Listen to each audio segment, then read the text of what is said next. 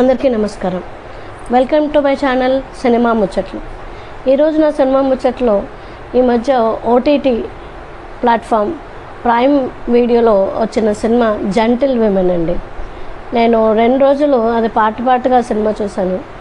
నాకైతే అర్థం అవ్వలేదండి. ఆ సినిమా ఎందుకు తీసారో నాకు అసలు అర్థం అవ్వలేదు. అది క్రైమ్ మూవీ. సో క్రైమ్ అన్నది ఎంటర్టైన్ అయిపోతున్నది ఇప్పుడు ఈ మధ్యకాలం. అదే ఒక పెద్ద కాన్సెప్ట్గా అనిపిస్తుంది. ఎందుకంటే మనం న్యూస్ ఛానల్ ఓపెన్ చేస్తే భార్య భర్తను చంపేయడం, భర్త భార్యను చంపేయడం, లవర్ గర్ల్ ఫ్రెండ్ని చంపేయడం, గర్ల్ ఫ్రెండ్ బాయ్ ఫ్రెండ్స్ని చంపేయడం, ఇదే కంటిన్యూ అవుతుంది. ఆ ఒక్క న్యూస్ని 10-15 వీడియో ఛానల్స్ వాళ్ళకి నచ్చిన పర్సెప్షన్లో ఒక్కొక్కరిని ఇంటర్వ్యూ చేస్తూ అదే 100 సార్లు మనకి వీడియోలు వస్తున్నాయండి. అంటే ఆ న్యూస్ తాలూకు ఇంపాక్ట్ మనకి ఎంతవరకు పడుతుంది, ఎలా బుర్ర పాడవుతుంది, ఎంతవరకు మనం పీస్ఫుల్గా ఉంటాము అన్నది ఆలోచిస్తే ఈ సినిమాలు ఇంత ఇన్ఫ్లుయెన్స్ చేస్తున్నాయా మనుషుల్ని, లేకపోతే మనుషులు అలా ఉన్నారనే తెలిసి సినిమా తీస్తున్నారో అర్థం అవ్వట్లేదు. అంటే అప్పట్లో కూడా అన్యాయం జరిగినప్పుడు ఒకళ్ళు చంపుకోవడాలు అవి ఉండేవి ఆ పాత సినిమాల్లోని. నేను ఒక కొత్త సినిమాని ఎందుకు చూస్తుంటానంటే just to compare with the old movie అనమాట. ఈ కొత్త సినిమాలు చూసాక ఇలా ఉన్నాయి అని చెప్పి, ఇది ఇంత బాధగా ఉన్నదని చెప్పి మళ్ళీ రిలాక్స్ అవ్వాలంటే వెనక్కి మళ్ళీ పాత మూవీకి వెళ్ళాల్సి వస్తుంది. ఈ జెంటిల్ విమెన్ తాలూకు సినిమా స్టోరీ ఏంటంటే, 2 హీరోయిన్లు. స్టార్టింగ్ ఓపెనింగ్ సీన్ ఎంతో చాలా ముచ్చటగా ఉందండి. అమ్మాయి అబ్బాయి కొత్తగా పెళ్లి చేసుకుంటారు. ఆ అమ్మాయి నిండుగా చీర కట్టుకుని ఉంటుంది, చక్కగా పువ్వులు పెట్టుకుని ఉంటుంది, పొనీటైల్ పెట్టుకుని ఉంటుంది. చాలా ముచ్చటగా ఎక్కడ వల్గారిటీ లేకుండా కొత్త దంపతుల తాలూకా ప్రేమను చూపించారు. అలా ప్రేమగా ఉన్న అమ్మాయికి సడన్గా వాళ్ళ ఫ్రెండ్ చెల్లి ఇంటికి వస్తుందంటే భర్తని పద్ధతిగా అడుగుతుంది, ఏమండి ఆ ఫ్రెండ్ మన ఇంట్లో ఉండొచ్చా? సో భర్త ఏమంటాడు, పర్వాలేదు ఉండని అంటాడు. అది అండి అక్కడ సీన్. ఆ తర్వాత ఆ భర్త ఈ అమ్మాయిని డ్రాప్ చేద్దామని చెప్పి వెళ్తున్న అబ్బాయి, ఈ అమ్మాయి ఉన్నది ఫ్రెండ్ చెల్లి వచ్చిందని చెప్పి కావాలని ఈ అమ్మాయితో అబద్ధం ఆడి ఫోన్ ఉండిపోయిందని చెప్పి వెనక్కి వచ్చేస్తాడు. అంటే అప్పుడు తెలుస్తున్నమాట ఆ భర్త క్యారెక్టర్ మంచిది కాదని. ఆ భర్త క్యారెక్టర్ మంచిది కాదు అంటే ఏంటంటే, ఈ అమ్మాయి మీద అట్రాక్ట్ అయ్యేటట్టు, ఆ అమ్మాయిని ఏదో చేద్దామని దొంగతనంగా వెనక్కి వచ్చినట్టు చేస్తాడు. అది అనుకోకుండా ఆ అమ్మాయి వెనక్కి తిరిగి చూసి ఆ వేడి నీళ్ళు అతని మీద పడిపోవడంలో ఆ పడిపోయిన అతను సోఫాకి తల తగిలేసుకుని పడిపోతాడు. ఈ అమ్మాయి గుడికి వెళ్ళిన అమ్మాయి మళ్ళీ రిటర్న్ వచ్చేంత వరకు ఆ కారు మధ్యదారిలోనే ఉంటుంది. ఈ అమ్మాయి వచ్చి చూసుకుంటే ఈ భర్త ఇలా పడిపోయి ఉంటాడు. ఎంతో బాగా ప్రేమగా చూసుకున్న భర్త అలా అయిపోయిగానే ఆ పిల్ల పాప, అక్క నాకేం తెలియదు అక్క, వెనక నుంచి వస్తే నేను భయపడుతూ ఉంటే ఇలా జరిగింది అక్క అంటే కంగారుగా అతను లేపుతుంటే లేవడు. అతని ఫోన్ బాగా రింగ్ అవుతుంది. అప్పటికి అతను ఏం చెప్తాడంటే, ఇవాళ నేను ఊరు వెళ్తాను, 3 రోజుల తర్వాత వస్తాను అంటాడు భార్యతో. ఆ ఫోను ఏంటంటే ఇంకొక అమ్మాయితో ఈయన ఆల్రెడీ ఎఫ్ఐఆర్లో ఉంటాడు. ఆ అమ్మాయి ఫోన్ చేస్తే ఈవిడ బాధలో భర్త బాగలేడు లేవలేడు అని బాధలో ఫోన్ పిక్ చేస్తుందండి. పిక్ చేసిన వెంటనే ఆ అమ్మాయి, నేను రెడీగా ఉన్నాను, నువ్వు అది తీసుకురా ఇది తీసుకురా, మనం వెళ్ళాలనుకుంటున్నాం కదా ఇంకా రాలేదేంటి అని అనగానే ఆ అమ్మాయికి అర్థమైపోతుంది ఇతనేమో ఆల్రెడీ ఇంకొక ఎఫ్ఐఆర్ ఉంది అని తెలిసి. ఆలోచిస్తున్నప్పుడు ఆ ఫోన్లో కొన్ని ఆడియోస్ వీడియోస్ టక అంటే ఇంత టెన్షన్లో కూడా, భర్త పడిపోయి ఉన్నాడన్న టెన్షన్లో కూడా ఆమె టక వింటే ఆ భర్త అమ్మాయితోటి ఉండే కొన్ని క్లిప్స్ అన్నీ వినేస్తుంది. బాధగా విరక్తిగా అలా ఉంటాయి. ఈ అతనిలో చలనం వచ్చి లేస్తాడు. లేవగానే నుండి పక్కనున్న కత్తితో నరికేస్తుంది. అంత క్రైమ్ ఏంటో నాకు అర్థం అవ్వలేదండి. భర్త మోసం చేశాడు కరెక్టే. ఆ నిమిషంలో 5 నిమిషాల వీడియోలు చూసి 5 నిమిషాల్లో అతను ఇంకొక అమ్మాయిని ఉంచుకున్నాడని తెలిసిన వెంటనే నరికి పడేసిందండి. నరికేసిన వెంటనే ఈ ఫ్రెండ్ భయపడుతుంటే ఈ ఫ్రెండ్ని తీసుకెళ్ళింది, నువ్వు ఉద్యోగానికి ఇంటర్వ్యూకి అటెండ్ అవ్వు, నీకేం బెంగలేదు, ఇవన్నీ మర్చిపో అన్నది. ఇతన్ని తీసుకెళ్ళి ఫ్రిడ్జ్లో పెట్టిందండి. ఈ ఫ్రిడ్జ్లో పెట్టిన మనిషి శవం అలాగే పడుంది. ఆ సినిమా కొన్ని రోజులు ఆ ఫ్రిడ్జ్లోనే పెట్టి, ఎవరు వచ్చినా మా ఆయన ఊరిల్లేడండి, ఇంకా రాలేదండి, నాకు టెన్షన్గా ఉందండి అని మేనేజ్ చేసేస్తాను. ఈ అమ్మాయికి అతను రాలేదన్న అమ్మాయి లవరు, ఆ అమ్మాయి క్యారెక్టర్ కూడా ఎలాంటిదంటండి, అది ఇన్నోసెంటో తెలీదు. నాటకాలో తెలీదు, ఈ రకంగా మనుషులు ఉంటారా తెలీదు, అర్థం అవ్వలేని క్యారెక్టర్ అండి. ఆ అమ్మాయికి ఇతను నిజంగా ప్రేమించాడు అనుకుంది, ఇతను నిజంగా ప్రేమించాడని చెప్పాడు. కానీ ఆ అమ్మ బలవంతం మీద ఈ అమ్మాయిని పెళ్లి చేసుకున్నానని చెప్పాడు. చెప్పేశాడు ఇంకో పెళ్లి చేసుకున్నానని. అప్పుడైనా ఆ అమ్మాయి వదిలేయాలి కదండి, వదలలే. ఆ అమ్మాయి వదలకుండా నువ్వైతే బలవంతంగా పెళ్లి చేసుకున్నావు, నేనంటేనే నీకు ఇష్టం, నా దగ్గరికి వస్తూ ఉండు అని ఎంకరేజ్ చేశాను. ఇతనేమో ఈ భార్య దగ్గర ముచ్చటగా ముద్దుగా చక్కగా పద్ధతిగా ఉంటున్నాడు. ఆ అమ్మాయితో కూడా వ్యవహారం చేస్తాడు. మరి అలాంటప్పుడు ఏ భార్యకైనా కోపం వస్తుంది కదండి, మోసం చేస్తున్నాడు అనిపిస్తుంది కదా. ఆ భార్యకి అలాగే రియాక్ట్ అయింది. ఈ అమ్మాయికి వస్తానని మనిషి రాలేదని తెలిసి టెన్షన్ పడిపోతూ ఏంటయిందా అని చెప్పి ఇంటికి వచ్చేస్తుంది. ఇంటికి వస్తే ఈ భార్యకి తెలిసిపోయింది ఈవిడే ఎఫ్ఐఆర్ పెట్టుకున్నావిడని. మామూలుగా నాకు తెలియదండి, మా ఆయన వెళ్ళిపోయాడండి అని చెప్తుంది. ఎంత క్యాజువల్గా ఎంత నార్మల్గా ఉంటుందంటే ఆవిడ భర్తను చంపేసి ఆ వెంటనే ఆ రక్త మరకలు తుడిచేసి ఈ భర్త శవాన్ని ఫ్రిడ్జ్లో తోసేసి చాలా నార్మల్గా ఉంటుంది. మనసులో మాత్రం బాధ చూపిస్తాడండి. నమ్మి వచ్చాను, ఇంత ముద్దుగా చూశాడు, ఇలా చేశాడు అని చెప్పి బాధ చూపిస్తుంటుంది. అలాగే కర్కశంగా చంపేశానన్న చిన్న పిసర్ ఫీలింగ్ కూడా లేదు. ఈవిడ తరఫు నుంచి ఈవిడే కరెక్టే, అవును కదా మోసం చేశాడు. ఆ అమ్మాయి తరఫు నుంచి ఆలోచిస్తే ప్రేమించాను అనుకున్నది, బాగా ప్రేమించాడు, అనుకోని సందర్భంలో పెళ్లి చేసుకున్నాడు అని చెప్పి కమిట్ అయిపోయింది. కమిట్ అయిపోయి నాకు ఇంకా అతనే కావాలని అంటుంది. పెళ్ళి అయిపోయిన తర్వాత నేను వదులుకోవాలని అనుకోదు. ఆ అమ్మాయి ఫ్రెండ్ చెప్తుందండి ఈ అమ్మాయికి, నువ్వు చేస్తున్నది కరెక్ట్ కాదు, భార్యాభర్తల మధ్యలో దూరకు, నువ్వు ఇంకో పెళ్లి చేసుకో, అతన్ని వదిలిపెట్టు అని అంటే ఒప్పుకోదండి అమ్మాయి. నేను ఒక్కళ్ళనే ప్రేమించాను, నన్ను ఒక్కడే ప్రేమించాడు, నా ఒక్క ప్రేమ కోసం నేను అతన్ని ఉన్నాను, అతని దగ్గర నుంచి నాకు ప్రేమే కావాలి, ఇంకేమీ అక్కర్లేదు, ఆ అమ్మాయి మధ్యలో నేను దూరను అంటదండి. నాకు అర్థం అవ్వలేదండి, ఆ మెంటాలిటీ ఏంటో నాకు అర్థం అవ్వట్లేదు. ప్రేమించిందని, నిజంగా ప్రేమించిందని చెప్పి భార్యాభర్తల మధ్య అడ్డంగా ఎందుకు ఉండాలండి? అతను నిజంగా మోసం చేశాడని తెలిసి కూడా అతనే కావాలనుకోవడం ఏంటండి? ఈ అమ్మాయి కరెక్టా, ఆ అమ్మాయి కరెక్టా అర్థం అవ్వట్లేదు. అయితే ఈ అమ్మాయి ఏమో పోలీస్ కంప్లైంట్ ఇస్తుంది. పోలీస్ కంప్లైంట్ ఇస్తే పోలీసులు ఎంక్వైరీ చేయడానికి వస్తే ఈ అమ్మాయి తనకుండా బెనక్కుండా మా ఆయన ఊర్లో లేడండి, నేను వెయిట్ చేస్తున్నానండి అని అంటుంది.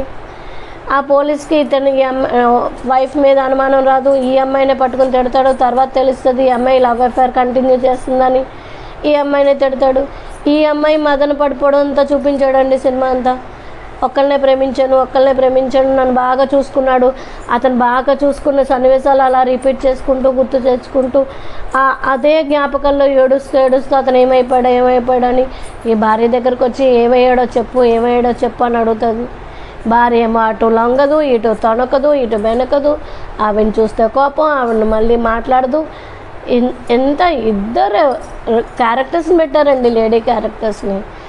అసలు అతను ఏం చెప్పాలనుకుంటున్నాడో అర్థం అవ్వలేదు, మెసేజ్ ఏమి ఇద్దాం అనుకుంటున్నాడో అర్థం అవ్వలేదు. ఏంటి ఈ రోజుల్లో జనాలు, ఆడవాళ్ళ మగవాళ్ళ ఏంటి ఇలా ఉన్నారు? మగవాళ్ళు ఆడవాళ్ళు మోసం చేస్తున్నారు, ఆడవాళ్ళు మగవాళ్ళు మోసం చేస్తున్నారు, మగవాళ్ళు ఆడవాళ్ళని చంపేస్తున్నారు, ఆడవాళ్ళు మగవాళ్ళని చంపేస్తున్నారు. నోరు విప్పితే యూట్యూబ్ చూస్తే, న్యూస్ పెడితే, ఏది చూసినా చావులేనండి. ఈ క్యారెక్టర్స్ తోటి మొత్తం సినిమా అంతా లాగేశారండి. ఈ అమ్మాయి ఏమో అలా బాధపడిపోతూ ఉంటుంది, ప్రేమించిన వాడు దొరకలేదని. ఆవిడేమో అసలు ఏమీ దొరకకుండా ఉంటుంది. ఇన్స్పెక్టర్స్కి వాళ్ళ ఆఫీసర్స్ దగ్గర గొడవ అవుతుంది. ఫైనల్గా ఒక సిఐ ఏమో ఇతని దగ్గర ఎస్ఐని బెదిరించి నేనే డీల్ చేస్తానని చెప్పి ఈ అమాయకంగా ఈ లవర్ని పట్టుకుని చాలా హరాస్ చేస్తాడు. అంటే ఈ అమ్మాయి క్యారెక్టర్ మంచిది కాదని ఫీల్ అయిపోయి ఈ అమ్మాయి దగ్గరికి వెళ్ళిపోయి చాలా ఆక్వర్డ్గా బిహేవ్ చేస్తాడు. ఆ అమ్మాయి అంటుంది, నేను నిజంగా అతనితో బాగానే అలాగే ఉన్నాను, అయితే అందరి దగ్గర నేను అలా ఎందుకు ఉండాలి, నేను ఒక్కళ్ళనే నమ్ముకున్నాను, అతనితోటే ఉన్నాను, నేను ఎందుకు ఇలాంటివి కోరుకుంటున్నావు అంటే ఆ సిఐ ఒప్పుకోడు, చాలా బలవంతం చేస్తాడు. ఆ బలవంతం చేసిన కోపంలో ఈ అమ్మాయి తిరగబడి తను రక్షించుకోవడం కోసం సీఎని చంపేసింది. ఆ సీఎని చంపేసిన తర్వాత ఏం చేయాలో తెలియలేదు అమ్మాయికి. తెలియక అప్పటికే ఈ అమ్మాయి ప్రెగ్నెంట్, ఇటు లవర్ ప్రెగ్నెంట్, ఇటు వైఫ్ ప్రెగ్నెంట్. ఈ వైఫ్కి అయ్యో నా కొడుక్కి తండ్రి ఎవరో చెప్పాలనడానికి నాకెవరు లేరు, అలాంటి వెధవ తండ్రి అని చెప్పే బదులు పిల్లల్ని బయటకు తీసుకోకుండా ఉంటే బాగుండని అబార్షన్ చేసుకుంటుంది. ఆ అబార్షన్ చేసుకుంటూ చాలా బాధన పడుతుంది.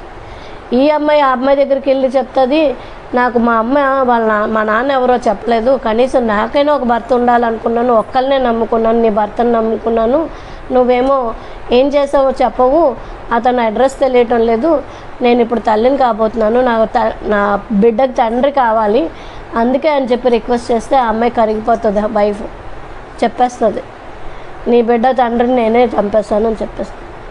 ఇంకేం చేయలేని పరిస్థితుల్లో అమ్మాయి ఏడుస్తుంటే ఇటేమో ఈ సీఐ ఈ అమ్మాయి మీద బలాత్కారం చేస్తాడు. ఆ బలాత్కారంలో తను డిఫెండ్ చేసుకోవడం కోసం అతన్ని చంపేస్తుంది, ఫోర్క్ పెట్టి చంపేస్తుంది. ఆయన చచ్చిపోయాక ఈ అమ్మాయి దగ్గర మళ్ళీ వస్తే ఈ విషయం తెలుసుకుని ఒక్కొక్కరు ఎక్స్చేంజ్ చేసుకుంటే ఈ ఇద్దరు కార్లో వెళ్ళడం చూపిస్తారు. కార్లో వెళ్ళడం వరకే చూపించాడంటే ఆ సినిమా ఇంకా అదే క్లైమాక్స్. ఆ క్లైమాక్స్ తర్వాత అప్పుడు ఫ్రిడ్జ్ చల్లనీళ్ళు తీసిద్దామనుకున్నప్పుడు ఆ ఫ్రిడ్జ్లోంచి శవం పడిపోతే అప్పుడు చెప్తుంది, నేను ఇంకా వీడిని ఇక్కడే ఉంచాను, ఇన్నాళ్ళు బట్టి ఫ్రిడ్జ్లోనే ఉంచానని. అప్పుడు ఇద్దరు కలిసి కార్లో వెళ్ళడం చూస్తారు. ఆ కార్లో వెళ్ళిన తర్వాత అయిపోయింది, సినిమా అయిపోయింది. ఆ తర్వాత పేర్లు చూపిస్తూ ఈ వైఫ్ ఒక పెద్ద కుక్కర్లోని ఏదో పట్టుకెళ్ళి కుక్కలకి ఫీడ్ చేయడం చూస్తారు. అప్పటికి ఒక మామూలుగా కానిస్టేబుల్గా ఉన్న అతను ఏమంటాడంటే, నాకు ప్రమోషన్ వచ్చి నేను ఎస్ఐగా వెళ్ళిపోయాను, మీకు ఫేవర్ చేసిన ఎస్ఐ ఏమో ఇంకో దగ్గరకు ట్రాన్స్ఫర్ అయిపోయారు, మీ భర్త ఆచూకీ నాకు ఇప్పటికీ తెలియట్లేదు, ఇలా కొంతమంది సవాలు కూడా దొరకకుండా మిస్టరీ జరుగుతుందండి, అవి తెలియటం లేదని చెప్పినట్టుగా కంక్లూజన్ ఇచ్చాడనమాట. ఆ ఎస్ఐ చేత మనకి కంక్లూజన్ ఇప్పించాడు. అంటే అక్కడ ఆ భర్త గురించి ఎవరికి తెలియనట్టుగా అక్కడ మేనేజ్ చేస్తుంది. ఆ శవాన్ని ఏం చేసిందో తెలియదు, ఏంటైందో తెలియదు.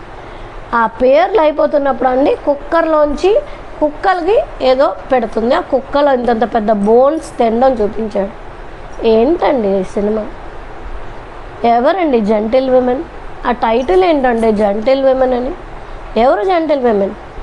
భర్తని ఆ విషయం తెలిసిన వెంటనే ఒకే ఒక్క వేటుకి చంపేసిన భార్య జెంటిల్ విమెన్? తెలిసి భర్తకి ఇంకోటి పెళ్లి చేసేసుకున్నారు, ఆ అమ్మాయికి నేను అడ్డు వస్తున్నానని తెలుస్తూ ప్రేమించాను కదా అనుకుంటూ ఇల్లీగల్ ఎఫ్ఐఆర్ కంటిన్యూ చేసిన ఈ అమ్మాయి జెంటిల్ విమెన్? ఎవరు జెంటిల్ విమెన్? వాళ్ళు చేసింది ఏంటి? ఆ చేసిందే కరెక్ట్ సొల్యూషన్ లేవా అసలు ఇలాంటి సమస్యలకి? చంపుకోవడాలేనండి. ఇప్పుడు అందరూ వైరల్ అయిన విషయాలు ఏంటంటే, చంపేస్తుంటే చంపేయడం ఎందుకండి, మీకు వేరేగా బతికి బాగుపడడానికి మీరు సొల్యూషన్ చూసుకోవచ్చు కదా అని అడుగుతున్నారు.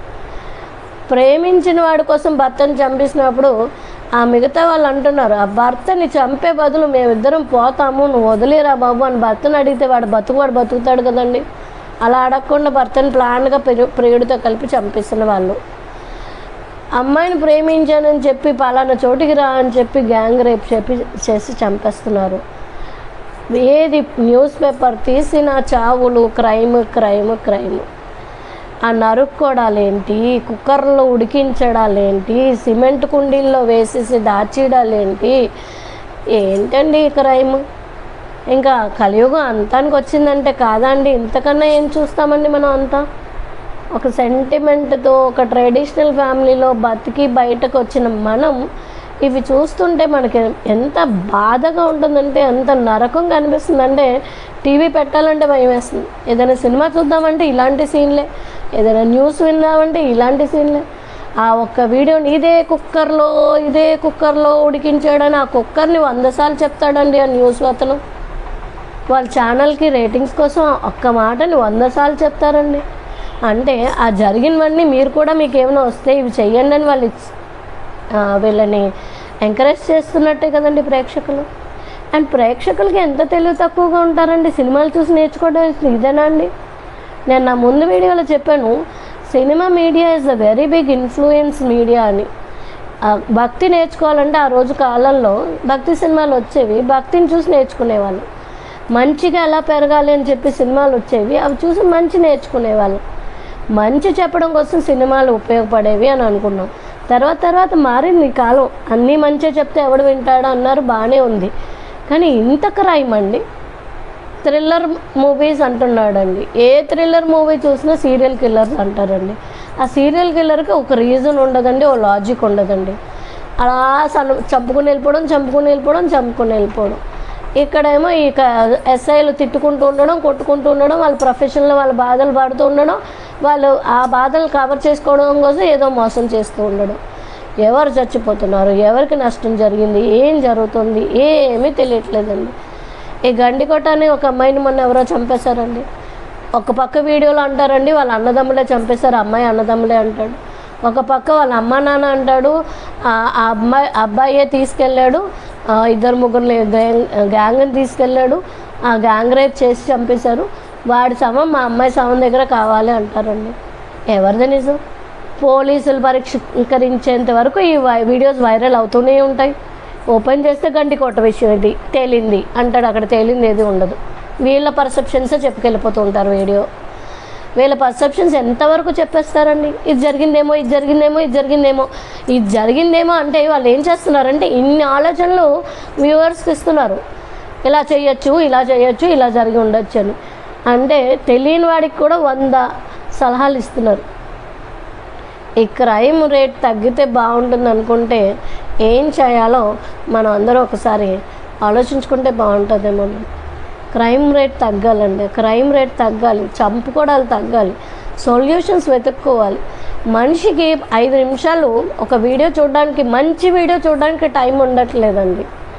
మంచి వీడియో అంటే అబ్బాయి టైం లేదు, అంత లెంగ్త్ వీడియో ఎందుకు అన్నట్టు చూడడం మానేస్తున్నారు.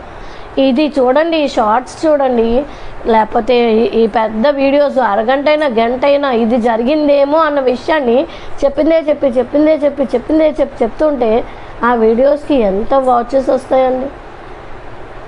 అంటే నేను ఆడియన్స్ని తప్పు పట్టట్లేదు, వాళ్ళకి ఆ ఎంతూజియాజం ఏం జరిగిందో అన్నది తెలుసుకోవాలన్న దాన్ని వీళ్ళు వాడుకుంటున్నారండి, బిజినెస్ టాక్టిక్స్ చేస్తున్నారు అన్నమాట. మనం కూడా ఇది జరిగిందేమో అని చెప్పి మనం వదిలేస్తే అండి మన మనసు ప్రశాంతంగా ఉంటుంది. మన ఇంట్లో మన కష్టాలు ఎన్ని ఉంటాయండి, మన ఇల్లు చూసుకోవాలి, పిల్లలకు చూసుకోవాలి, ఆఫీస్కి వెళ్ళాలి, ఆఫీస్లో బాధలు పడాలి, ఇన్ని అనుకుంటూ అక్కడేదో జరిగిందని చెప్పి దానికోసం తలబద్దలు కొట్టుకోవడం ఎందుకండి? మనసు పీస్ఫుల్గా ఉంటే క్రైమ్ జోలికి మనం వెళ్ళక్కర్లే. సస్పెన్స్ థ్రిల్లర్స్ అంటే ఒకసారి చిన్న ఎమోషన్, ఒక థ్రిల్ ఎమోషన్ ఎంతవరకు అంటే వాళ్ళు లాజికల్గా సాల్వ్ చేశారా ఆ థ్రిల్ కావాలి. కానీ వాడు ఎంతమందిని చంపాడు, ఎలా చంపాడు, దాన్నే ఎక్స్పాండ్ చేయడం ఎంతవరకు కరెక్ట్ అండి? వీటికే క్రేజ్ ఎక్కువ ఉంది. అండ్ ప్రజెంట్ యూత్ చూసేది ఏంటి అంటే ఈ ప్రజెంట్ న్యూస్లో ఏం జరుగుతుంది, మనకి ఎంతవరకు అలా రిలేట్ అవుతుంది. నిజంగానేనండి, ఇప్పుడే కాదు అప్పుడే కాదు, ఎప్పుడైనా సినిమా హీరోయిన్లు అంటే ఆడియన్స్ వాళ్ళు ఊహించుకుంటారు, నేను హీరోయిన్ ఏమో, నన్ను లవ్ చేసే అతను హీరో ఏమో అని ఊహించుకునే సినిమాలు ఉండేవి. అప్పుడు కాలం కూడా ఉండేది అదే. అంటే హీరో అంటే ఒక మనం అలాగే ఉండాలి, ఇన్స్పిరేషనల్ పర్సన్ అని అనిపించేది అన్నమాట. అతను మన ఇన్ఫ్లుయెన్స్ చేస్తాడు, అలా ఉండాలి హీరో అంటే. హీరోయిన్ అంటే ఒక ఇన్ఫ్లుయెన్సర్, ఇలా ఉండాలి హీరోయిన్ అని చెప్పేటట్టుగా ఉండాలి. హీరోయిన్లు ఒక విలన్ ఉంటాడండి ఖచ్చితంగా, పాత సినిమాల్లో కూడా విలన్ ఉంటాడు. ఆ పాత సినిమాల్లో విలన్ అంటే ఎవరంటే జస్ట్ ఒక నెగటివ్ థాట్, గ్రీడీ పర్సన్ని ఎక్కువ ఫోకస్ చేసేవారు అన్నమాట. ఫైనల్గా ఎండ్కి వచ్చినప్పుడు, శుభం వచ్చినప్పుడు ఏం చూపించేవారంటే ఆ గ్రీడీ పర్సన్కి బుద్ధి వచ్చినట్టు, హీరో అతనికి బుద్ధి చూపించినట్టు, అండ్ గ్రీడీ పర్సన్ మంచివాడు కాదు, ఇప్పుడు మారేడు, అలా ఉండాలి అని ఫైనల్ కంక్లూజన్ ఉండేదండి. ఇప్పుడు మూవీస్కి ఎండ్ ఏంటి, ఇంటర్మిషన్ ఏంటి, అసలు థీమ్ ఏంటి, కాన్సెప్ట్ ఏంటి, ఏమైనా అర్థమవుతుందండి. ఈ జంటిల్ ఉమెన్ నిజంగా ఇద్దరు మంచి అమ్మాయిలేనండి, నేను వాళ్ళని తప్పు అనట్లేదు ఆ క్యారెక్టర్స్ని. బట్ ఆ డైరెక్టర్ ఏం పోర్ట్రే చేద్దాం అనుకున్నాడు, అసలు ఏం చేద్దాం అనుకున్నాడో అర్థం అవ్వట్లేదు. మీకు ఇది బాధ ఉందా, మీ మొగుడు మిమ్మల్ని బాధ పెట్టాడా, అయితే మొగుడిని చంపాయి. మీ లవరు నేను మోసం చేసి ఇంకో అమ్మాయిని పెళ్లి చేసుకున్నాడా, అయినా నువ్వు కంటిన్యూ చెయ్యి. ఇదేంటండి ఇది? ఎంతవరకు కరెక్ట్? వాళ్ళ పర్స్పెక్టివ్లో వాళ్ళ బాధను మాత్రం బాగానే పోర్ట్రే చేశారండి, పిక్చర్ చేశారు. ఇద్దరు చాలా హానెస్ట్ అండ్ హంబుల్గా ఉంటారండి వాళ్ళిద్దరు క్యారెక్టర్స్. అలాంటి మంచి క్యారెక్టర్స్ తోటి చెప్పాల్సింది అసలైంది చెప్పలేదు. వయలెన్స్కి ఎక్కువ ప్రాముఖ్యత ఇచ్చారు.